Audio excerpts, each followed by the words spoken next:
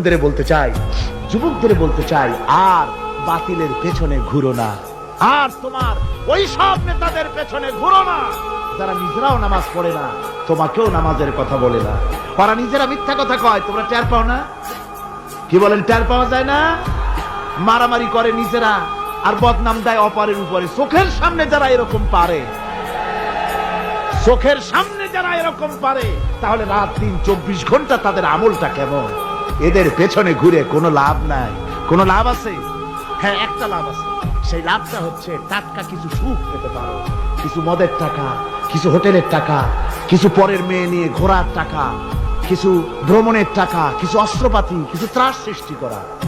আর ত্রাস সৃষ্টি করবা, কয়টা অস্ত্রের মালিক হইছো?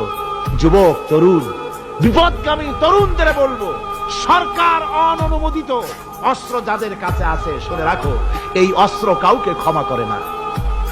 এই অস্ত্র কাউকে ক্ষমা করে না। সাপ পোষার মতো, যে সাপ তুমি দুধ কলা দিয়ে পোষো, ওই সাপ তোমাকে আবার দংশন করবে। ওঝা মরে না মরে না, সাপ খেলা যারা দেখায় তারা মরে কিনা, ওই সাপেই তাকে কাটে। সুতরাং গভর্নমেন্ট অনুমোদিত অস্ত্র তোমার কাছে, পাইপ গান, রিভলভার, স্টেন গান, এলএমজি, আদমজি, কত রকমের অস্ত্রপাতি যুবকদের কাছে।